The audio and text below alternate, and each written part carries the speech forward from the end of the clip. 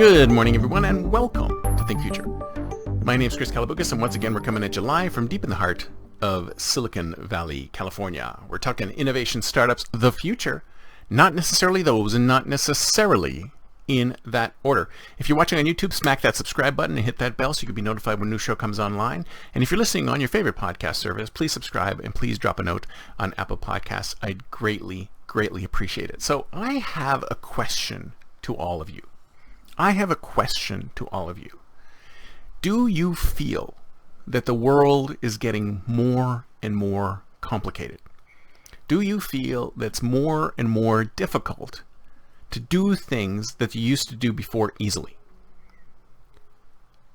And the internet is not really making it easier for you to do these things. It's making it more difficult for you to do these things. It's making it more difficult for you to determine whether or not you're being ripped off. It's making it more difficult for you to find deals. It's making it more difficult for you to find things in your local area. Life is, in general, getting harder. Do you feel that life is getting harder, or do you feel that life is getting easier? Because I get this sense that things are getting more and more difficult to do. And even though we've seen this gloss of things making it easier and easier to do, I think that we're actually seeing the opposite of that. Things are still pretty hard to deal with. I'll give you an example. So the other day, I noticed a new service from a company called Roofstock. So Roofstock is a company that allows you to buy into rental property. So if you want to get into real estate investing, and you want to be able to find a rental property, they'll help you find a rental property. But when you go into their website and you take a look around for rental properties, you find that it's incredibly difficult to decide what is a good rental property. You can find a $100,000 property here, you can find a $20,000 property here, and there's all these stats around the property. But unless you got deep into real estate investing, you wouldn't be able to know what to do. I mean, is it okay for me to buy a house on the outskirts of Detroit for $100,000 and rent it? Well, I don't know. I mean, they give you some stats and figures, but you really need to get deeply into real estate investing to figure it out. Same with stock investing. I mean, let's say people have money and they want to invest in the stock market. Do they know how to invest in the stock market? No, probably not. They need to read up on applications, they need to read up on companies, they need to figure out how to do these things. It's complicated, it's difficult, it's hard. There's so many things in this world that are getting harder and harder and harder to do. And I've seen a couple of new services from companies like these, which are adding an intermediation layer on top of it to make it a lot easier for people to invest. So for example, Roofstock has this thing called Roofstock One, where if you don't want to get into the nitty-gritty of all this, you just give them some money and they'll invest it for you, right? Because they've got a bunch of experts who can figure out what to buy and what not to buy, and just pool your cash and invest it for you. And it's the same with Fidelity. Fidelity has a service that's like that, where they just say, hey, give us a bunch of money and we'll invest some in stocks and some in ETFs and this and that. I don't even know if it's still available now, but it seems to me that we're seeing more and more services coming out that are intermediaries between what's already out there, because these things are getting so complicated to work with.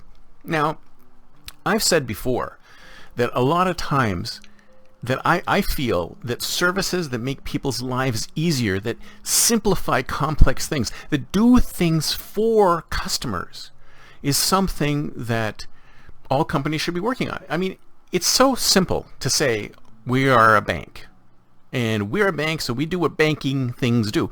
But customers don't want to deal with banks. Banks are like, oh, you need to get a mortgage to buy a house. Customers are like, I want to own a house. I don't care how I get it. I just want to own a house. Why do I have to go through all these hoops? I have tasks I want to complete as a customer, but you, bank and this company and that company, insurance company, all these things, you guys have your things that need to happen. Instead of working with me on my task of owning a home, you are making me do these things because these are things you want me to do.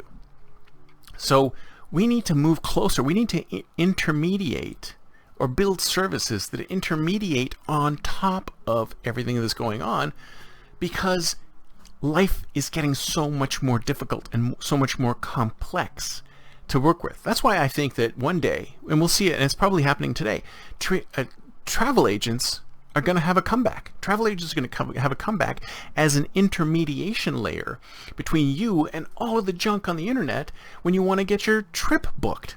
Because it's going to be so complicated. It went from being simple, and now it's super complicated to book a trip.